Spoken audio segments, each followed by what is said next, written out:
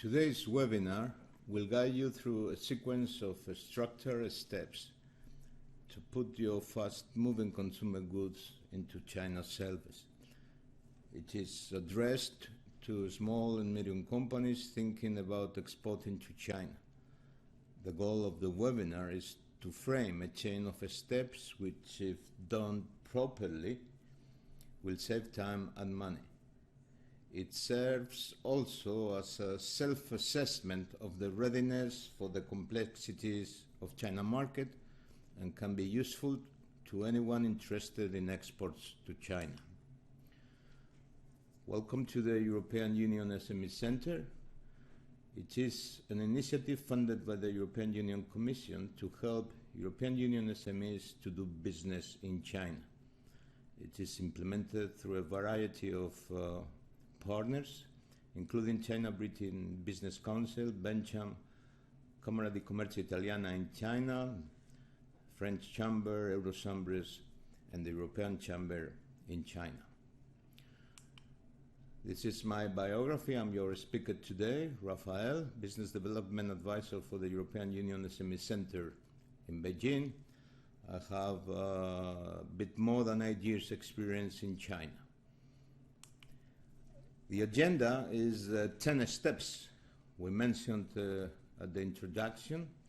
We will go through them, and I encourage you to pay attention to all of them because it's what we believe is the previous work to do at home before going to China.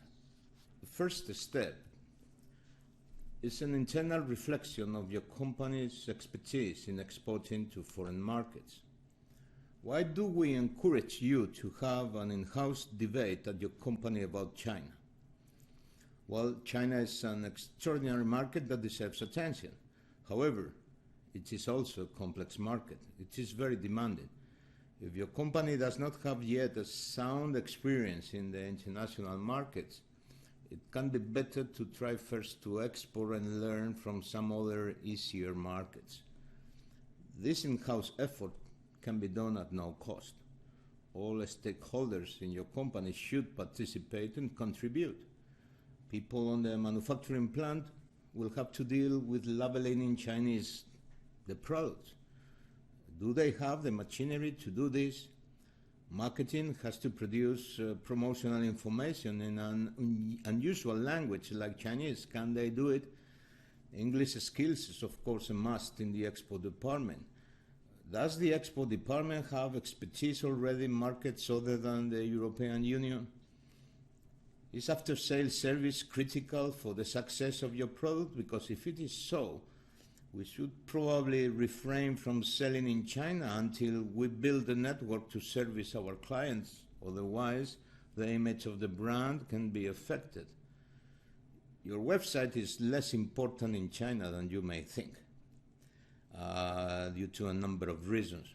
However, having a long-term view of the Chinese market, it is truly important.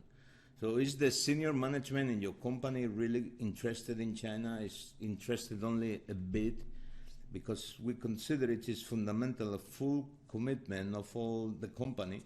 Otherwise, chances to fail increase.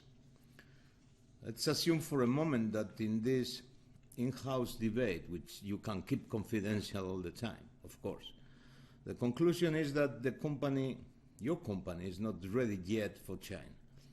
It can be for a variety of reasons and does not have to generate any frustration. For example, it can be a premium exports bicycle manufacturer. Before thinking of selling online and via cross-border e-commerce the bicycles, the company needs to find shops selling the spare parts, the complements, and being able to fix the bicycles if they are broken. Or the reason can be that the company does not have a sound expertise in exports.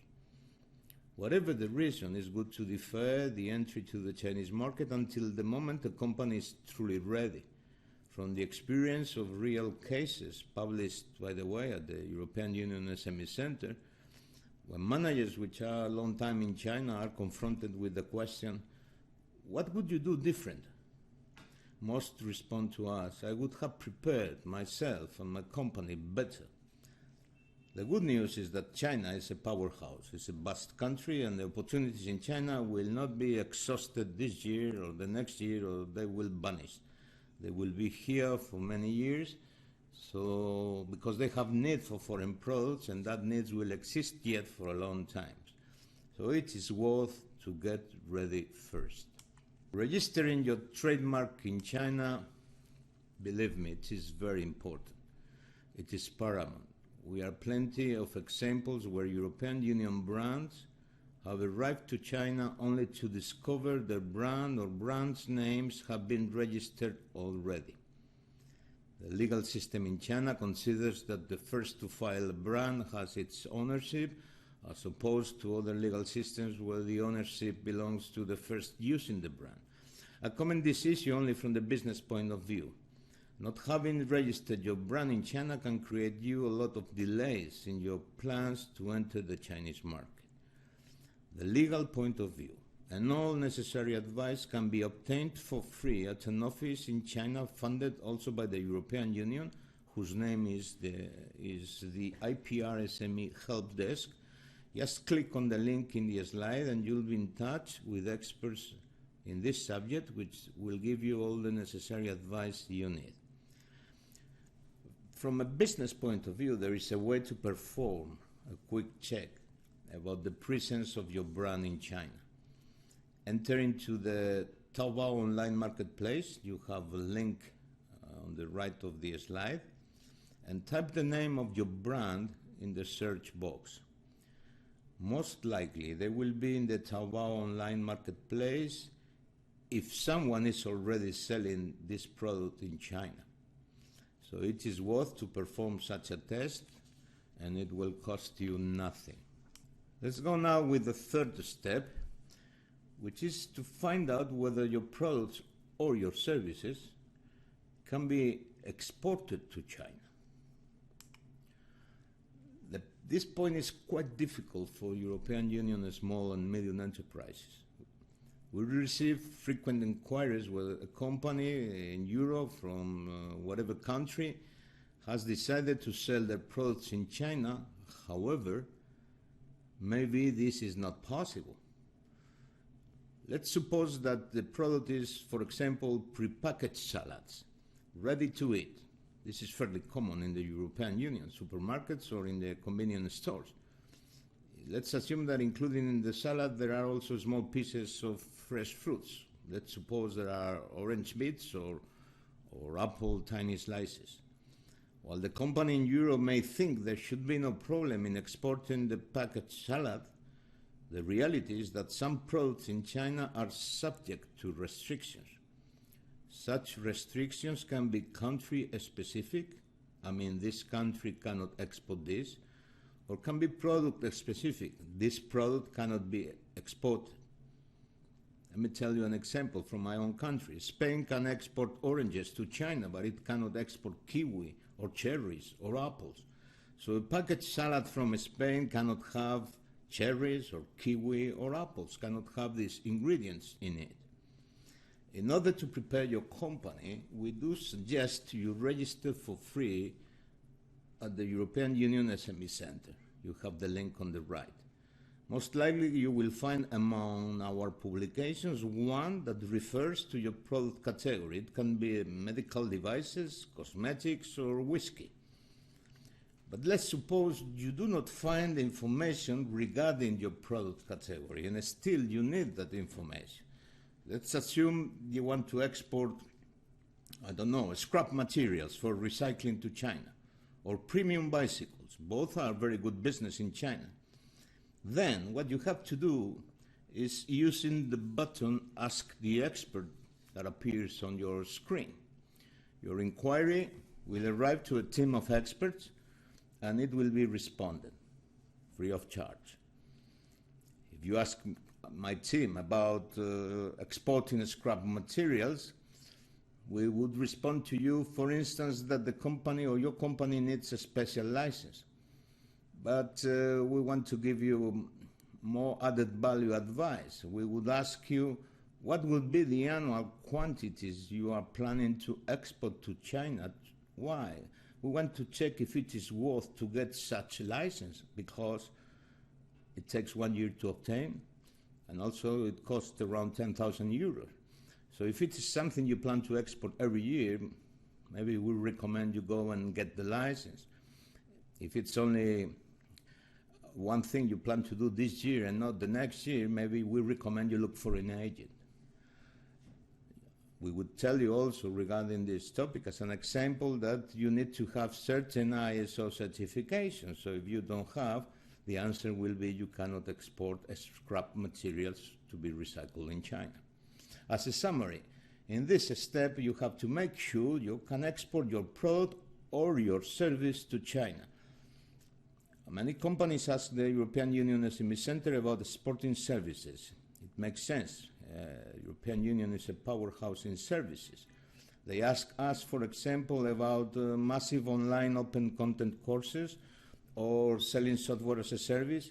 In this case, we encourage you to contact us to make sure your company knows the potential restrictions regarding services. We suggest you use the Ask the Expert function existing in our website. Step 4 is checking what's available in China's service similar to your product but made in China. Part of the research about China's market can be done at home, at your own facilities in the European Union, and as I said before, and I will repeat throughout my presentation, without spending any money. In particular, it is extremely important to find out what are the products made in China within your own product category.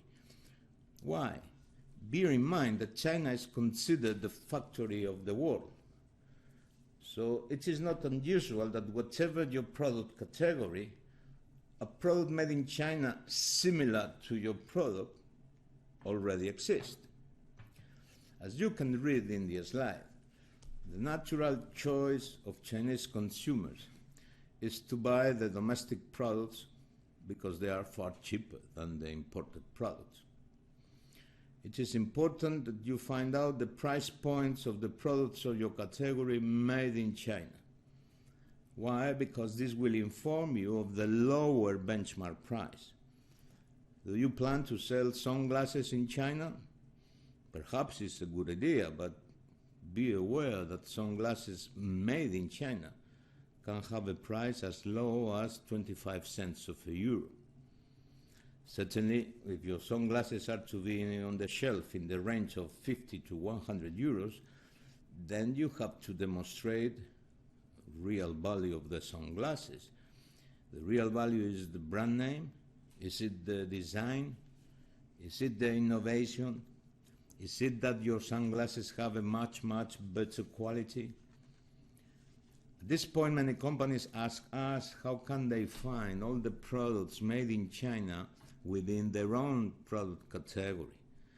How can your company find the prices? Well, we suggest you check the links on the right side of the slide.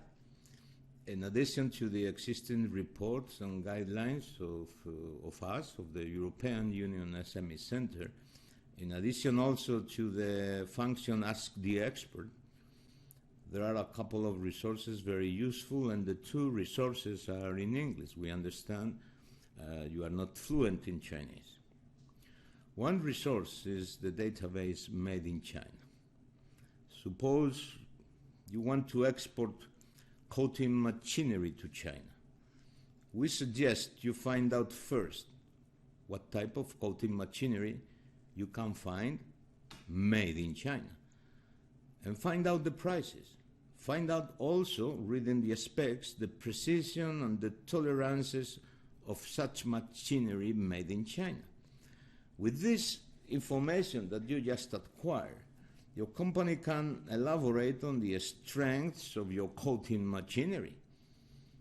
Can stress that your machinery is more expensive because the precision or the performance is much more superior. Or insist that your machinery is more expensive, but the mean time between failures is much longer than the machinery made in China. So you can argue that the total cost of ownership calculated over, let's say, 5 years is actually much lower than the made in China machine. The second resource is also in English, and it will give you information of most of the fast-moving consumer good products that are on sale in China. Do you want to know the price of honey produced in China? You want to know the price of a skin cream made in China? Well, this is your place. You can make the queries in English. You have it the third position at the right part of the screen. As I said before, you can make the queries in English to avoid, well, one of the inherent difficulties of making business with China, the language. Let's go now to step 5. Here we will do basically the same, which is checking products similar to your product, but imported. We want to know what are the prices of the imported products that compete with your products in China. This step is then very similar to step 4. However, this time we will focus on finding only imported products. Chances are that you find most of your international competitors selling already in China. It is necessary then that you find out the price point at which they are selling. You need to establish a price benchmark. It is necessary to choose, you know better than I do, your own industry, one international brand already selling in China, a brand that you know well, and use its price as a benchmark for the price your product would have on the shelf in Chinese currency, that is, in renminbi or yuan. See the slide.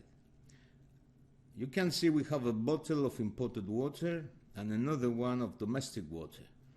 You can notice that the price ratio is almost 5-to-1 between the two products. Your bottled water will be probably more expensive than the Chinese water on the right. However, can it be more expensive on the shelf than a well-known imported water brand? Somehow, the imported water on the left tells you an upper limit to the price your bottle of water can have on a Chinese shelf.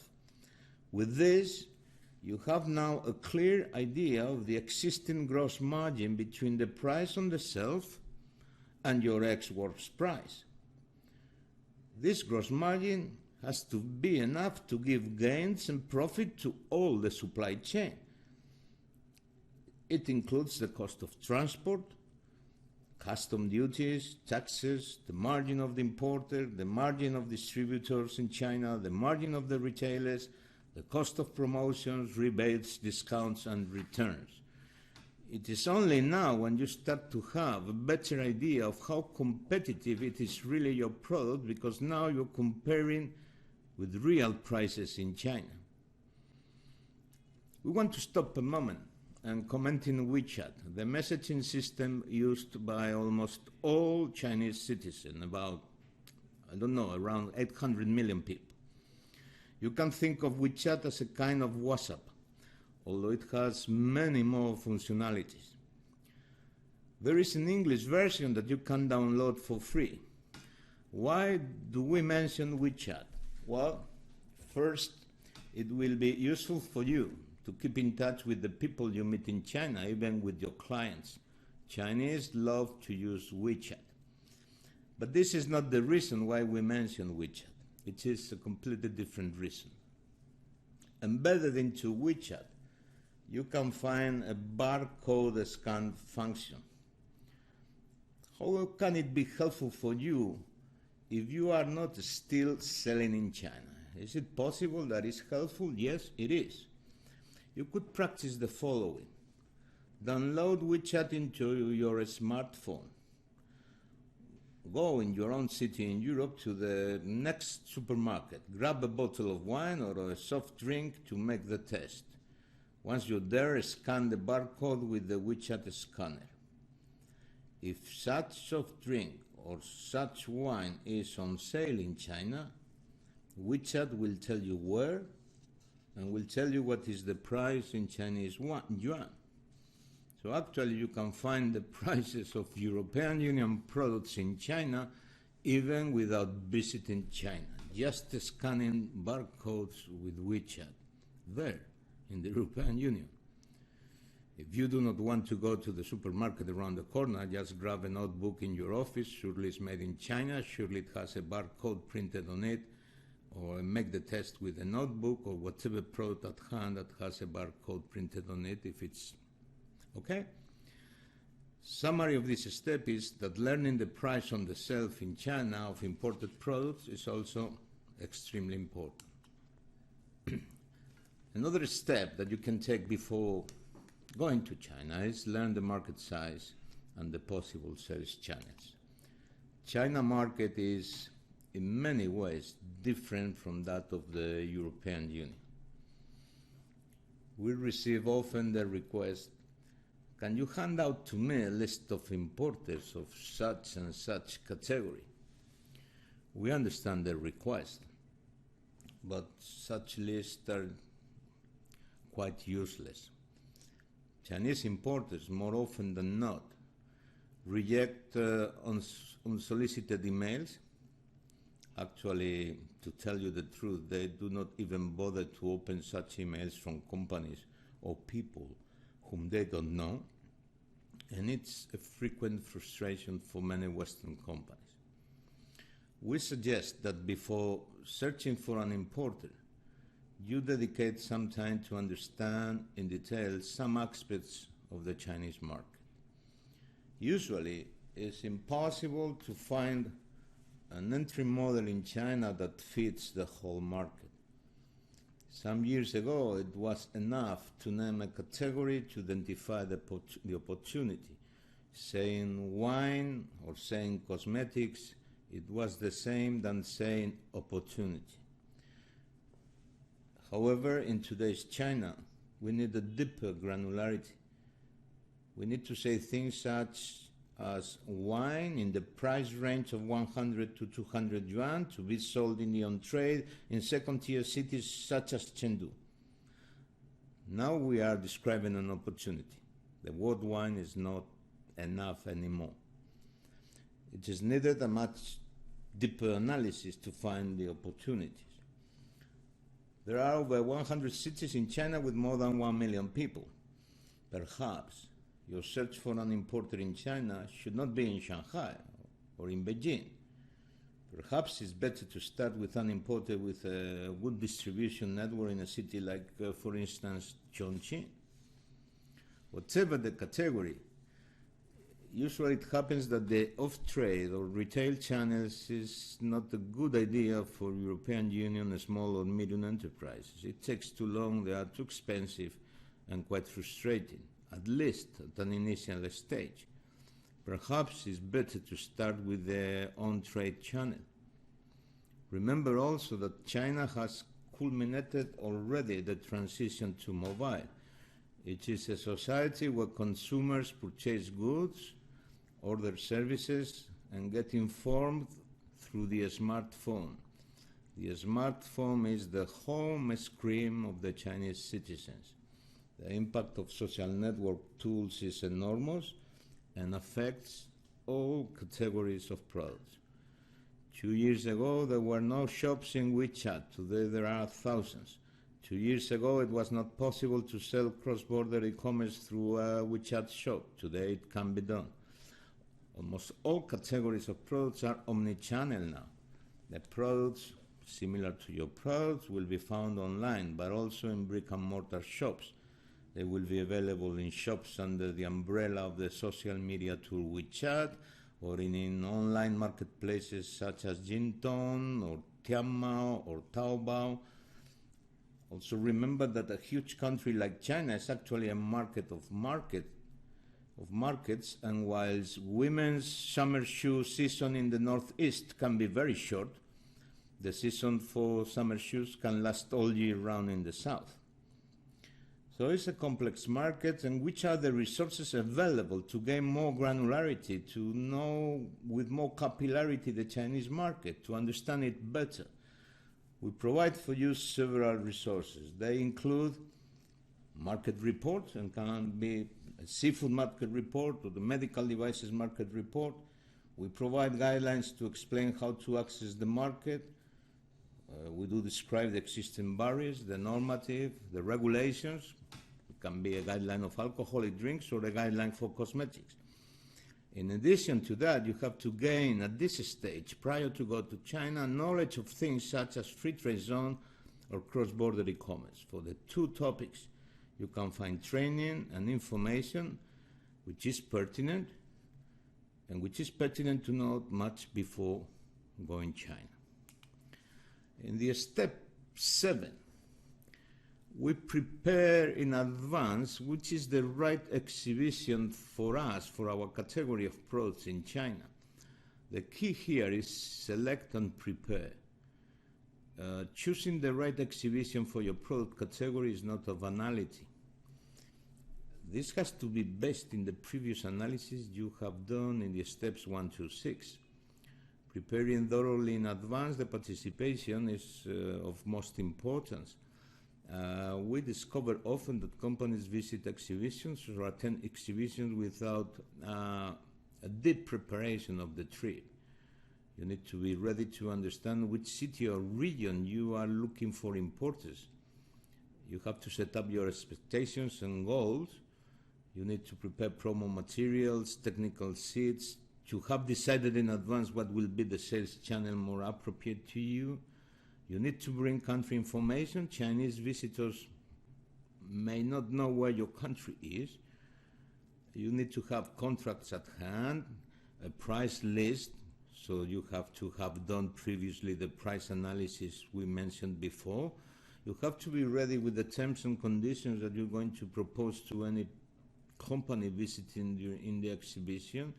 You have to be able to explain shipping plans and to get ready to hire interpreters.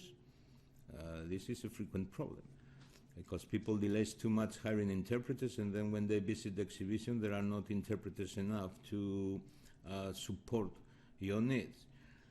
Many people often also forget to reserve half a day in the visit to China to do a retail stock check, which will tell you exactly how your products similar to your product are in the Chinese shops. And few people, when they get back home, have a follow plan after the exhibition. So we understand you are under pressure, so for that we prepare a report which is a guide to trade fairs in China. It is not only that we select 5 sectors with what we think are the main exhibitions in those sectors. It is also in this guide you will find all the things you have to prepare in advance to have a successful exhibition to get the maximum return on your investment. On top of that, you have at the European Union SME Center an exhibition database that you can browse to find relevant exhibitions all the year round. You can check the link on the right side of your screen. Let's assume, however, that you don't find what you're looking for, that you want to go to, I don't know, an exhibition on mechatronics, which is a quite new buzzword. I can guarantee you that whatever the exhibition, there will be one in China.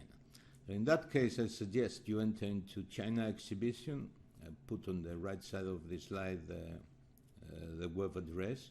And there in English, you can introduce some keywords to find out which are the exhibitions in China regarding the subject is of interest for you. I know this can be boring, but learning regulations is needed to sell successfully in China, and it's needed to learn them while planning to go to China. It is our experience that import regulations are often a source of troubles when exporting to China. I cannot guarantee you won't have those troubles, but I want to guarantee that if correctly informed, it's possible to elude most of the problems. I have to be sincere and tell you that most of the difficulties we observe have to do with a lack of knowledge of the customs procedures and rather than with the normative. we have all the resources you need to understand the China's GB standards. GB means Goupiao, and it means the standards of the country. To give you information about the general normative for your category, can be food or drinks or medical devices or cosmetics or services. We can help you to understand how to do a correct labeling in Chinese, to inform you of the taxes, duties, or any excise that has your product. Let me say that most of the problems can be solved if you make sure that you yourself or your importer in China has the right agent at customs. Having the right agent is fundamental. Agents understand about certain categories of products. Don't expect that someone knowing how to import cosmetics is an expert in importing footwear. Not necessarily.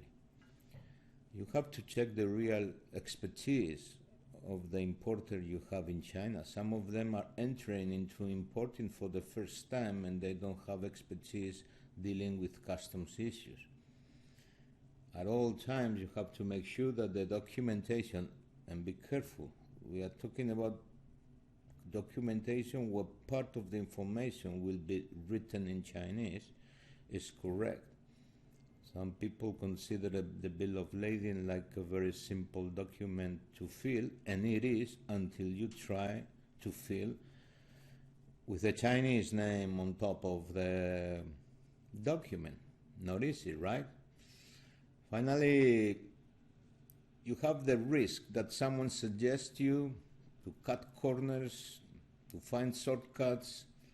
We recommend to follow the law at all times, always. The help and practical knowledge that we have for you is in the form, of course, of Ask the Expert. There are very difficult questions in the area of regulations, very difficult. You can trust us to help you. If you find a question you cannot solve, use the Ask the Expert function. We will be able for sure to help you, even with the most difficult questions. You will find also our guidelines which precisely deal with all of this, with the standards, with the general normative, and with the way customs work. An example is that report you can see on the right, exporting meat to China, a very difficult category. However, many of the 28 member states in the European Union are exporting meat, even if it's a difficult category, or dairy, or other products which are, or cosmetics. You will find also help to draft your contracts with the potential importers you may find in China. So that's why there are reports on how to draft a sales contract when exporting to China. Many people don't draft contracts when they export to China. They feel happy only with the orders. We recommend to have a contract. Knowing the partner in China can be tricky, so before coming to China, reading our report, knowing your partners in China, we are pretty sure will be useful, will help you, will save you time, and will save you headaches for sure. We arrived to step number 9, and here we can spend some time before going to China learning the possible entry modes in the Chinese market, and there are quite a few. None of the entry modes fits with everything. It depends on things you have decided already. It depends on your strategy. It is a strategy to sell only through certain channel. It depends also on your budget. Depends also on your expectations. You have to manage your expectations all the time. If you put the expectations very high and the budget to implement those expectations very low, probably this mismatch will affect the result. You have to take into account that there are competitors, and it's a very competitive market. Above all, we suggest you get ready for the fast pace of a change in China. It is not enough to say I will export and forget until the next order of my importer arrives. You need to keep track of China at all times because the market changes quickly, much quicker than in Europe because it's not as mature as Europe.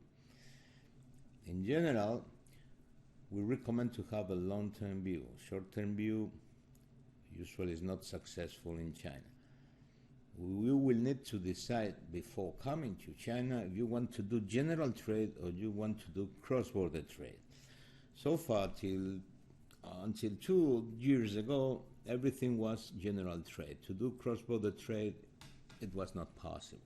However, with the advent of the free trade zones, it is possible to do cross-border trade, which means basically that you are exporting directly from your country to a consumer. This is business to consumer, not business to business.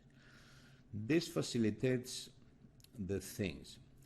It doesn't mean that it's the solution for everything, but it's a good way to start selling in China with, let's say, quicker and with risk lower than with general trade. As I said before, it's only for selling to consumers in China, not to selling to other companies. And there is a list of products that are authorized. Not everything can be sold through cross-border e-commerce. When you decide how to enter in China, you have to have decided already which channel is more important for you. It is the on-trade, is it the off-trade? If you want to sell alcoholic drinks, probably the off-trade is beyond your capabilities at the beginning. It is quite, all of us have the dream to sell our spirits in large Chinese retailer, but it takes time. The payment conditions are not very good. So we do suggest for someone in the alcoholic drinks industry, for instance, to start with the on-trade rather than with the off-trade. You may decide if you want to have a company in China or finding an importer. It is good to find an importer, yes, of course, because they will take care of selling and making the goals, etc. And you don't need to set up a company. But on the other hand, you almost lose complete control of the strategy in China because it is your importer, the one decided what to sell, to whom to sell, if selling on trade, off trade, online. So again, manage your expectations. You don't want to spend in setting up a company in China, we understand. Then you have to agree carefully with the importer what will be the channels. Otherwise, the importer will take decisions that maybe is not what you want.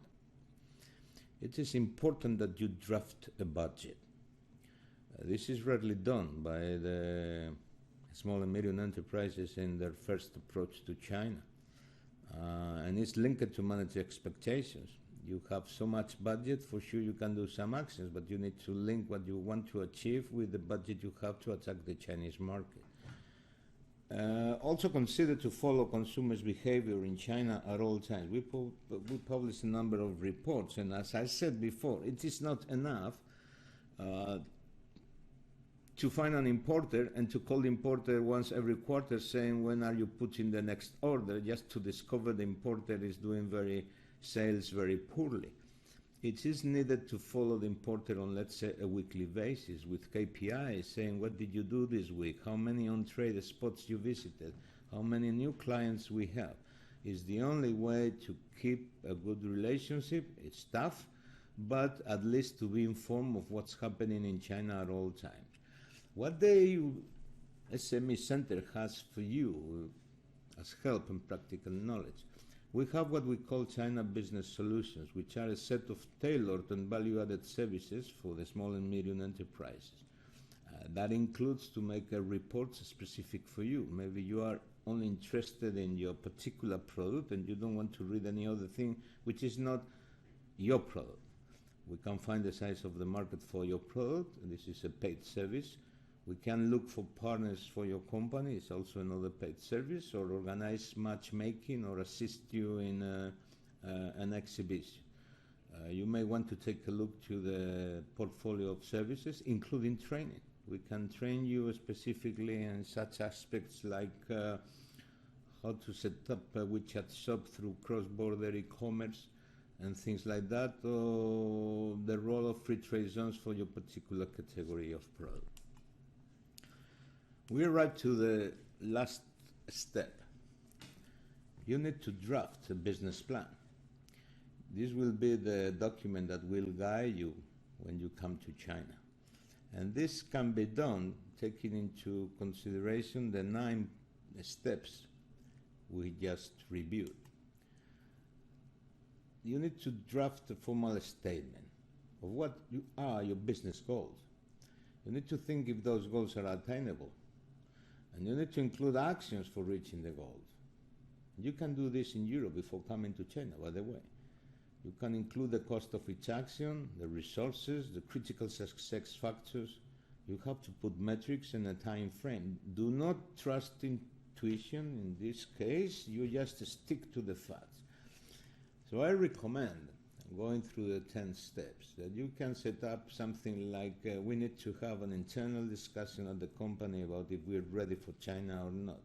And you can say this time frame can be May 2017. This has no cost.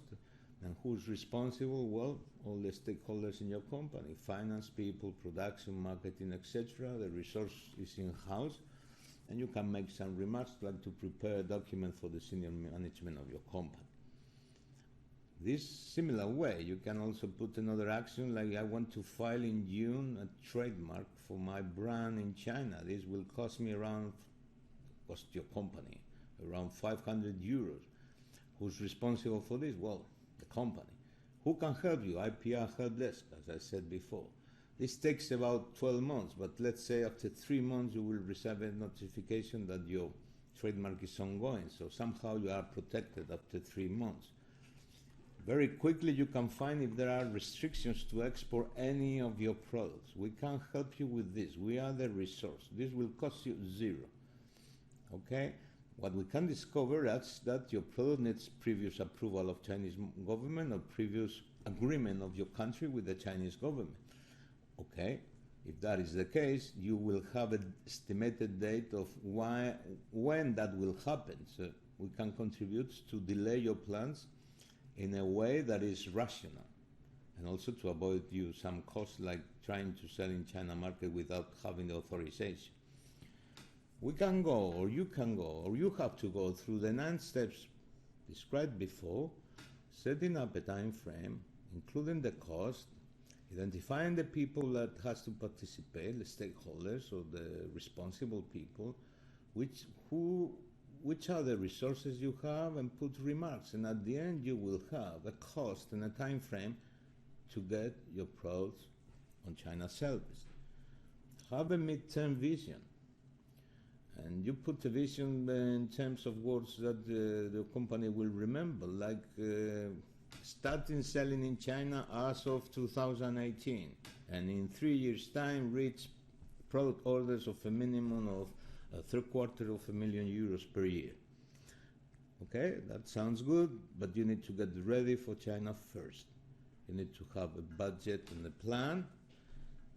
Of course, you need to have metrics of progress, otherwise you will not know how is it going, the plan.